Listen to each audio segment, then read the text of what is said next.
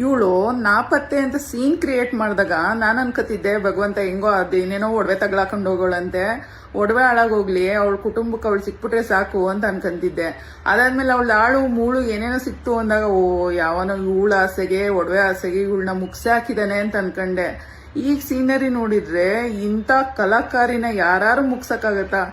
ಯಾರು ಇವಳ ಜೊತೆ ಬಾಳ್ಮೆ ಮಾಡಕ್ಕಾದ್ರೂ ಆಗತ್ತಾ? ಪುಣ್ಯಾತ್ಕಿತಿ ಎಲ್ಲಿಟ್ಟಿಲ್ಲ ಕಣೆ ಬ್ರೈನ್ನ, ಈ ರೇಂಜಿಗೆ ಬ್ರೈನ್ ಇಡೋದು. ನಾವು ಪಾಪ ನೀರಲ್ಲಿ ಮುಳುಗಿ ಹುಡುಕ್ತಿದ್ರಲ್ಲ, ಅವಳನ್ನ ಎತ್ಕೊಂಡೋಗಿ ಮುಳುಗಿಸ್ರು ಸುಮ್ಮನೆ ಎತ್ತಾಕ್ಬಿಟ್ಟು. ಏನಕ್ಕೆ ಇಷ್ಟೊಂದು ಕ್ಯಾಮ್ರಾದಲ್ಲಿ ಪೊಲೀಸರು ಇಟ್ಕೊಂಡು ಓಡೋಗ್ತಿದ್ದಾರೆ. ಓ ಫುಲ್ ಅವಳು ಏನು ಬಾರಿ ಏನು ಸತ್ಯ ಕಲಾವಿದೆ, ಏನೋ ಮಾಡ್ಬಿಟ್ಟಿದ್ದಾಳೆ ಪುನೀತ್ ಕೆಲಸ ಅಂತ. ಎಷ್ಟು ಹುಡುಕಿದ್ದಾರೆ ಪಾಪ, ಅವ್ರಿಗಾದ್ರೂ ಒಂದು ನ್ಯಾಯ ಒದಗಿಸಿ ಅವಳನ್ನ ತಗೊಂಡಾಗ ನೀರಲ್ಲಿ ಅದ್ಮಿ ಅಷ್ಟೇ ನಾನು ಹೇಳೋದು.